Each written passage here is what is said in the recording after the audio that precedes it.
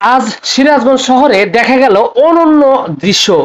জামাতে ইসলামীর কেন্দ্র ঘোষিত 5 দফা দাবিকে সামনে রেখে আয়োজিত বিক্ষোভ মিছিল রূপ নেয় জনসমুদ্রে। শুধুমাত্র নেতাকর্মী নয়, বিপুল সংখ্যক জনসাধারণ মানুষের অংশগ্রহণে শহরে সৃষ্টি হয় এক অভূতপূর্ব পরিস্থিতি।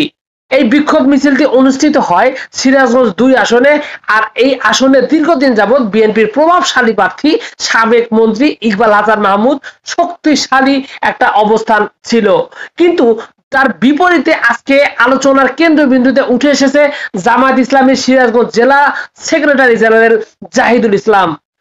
আজকের জনসমুদ্র প্রমাণ করেছে এই আসনে জামাতের উপস্থিতি আর কারিশমা কোনোভাবেই ছোট করে দেখার সুযোগ নেই।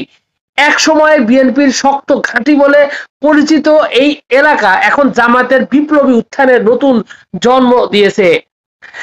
রাজনৈতিক বিশ্লেষকদের মতে সিরাজগঞ্জ 2 আসনে জামায়াত ইসলামী এখন ব্যাপক শক্তিশালী অবস্থানে রয়েছে। আজকের কর্মসূচির বিপুল জনসমাগমই সেই ইঙ্গিত দিয়েছে।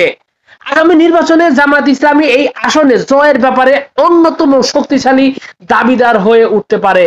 এই বিক্ষোভ মিছিল শুধু 5 দফা দাবির আন্দোলনই নয়, বরং সিরাজগঞ্জের জনতার কাছে এক শক্তিশালী রাজনৈতিক বার্তা হিসাবে পৌঁছে দিয়েছে।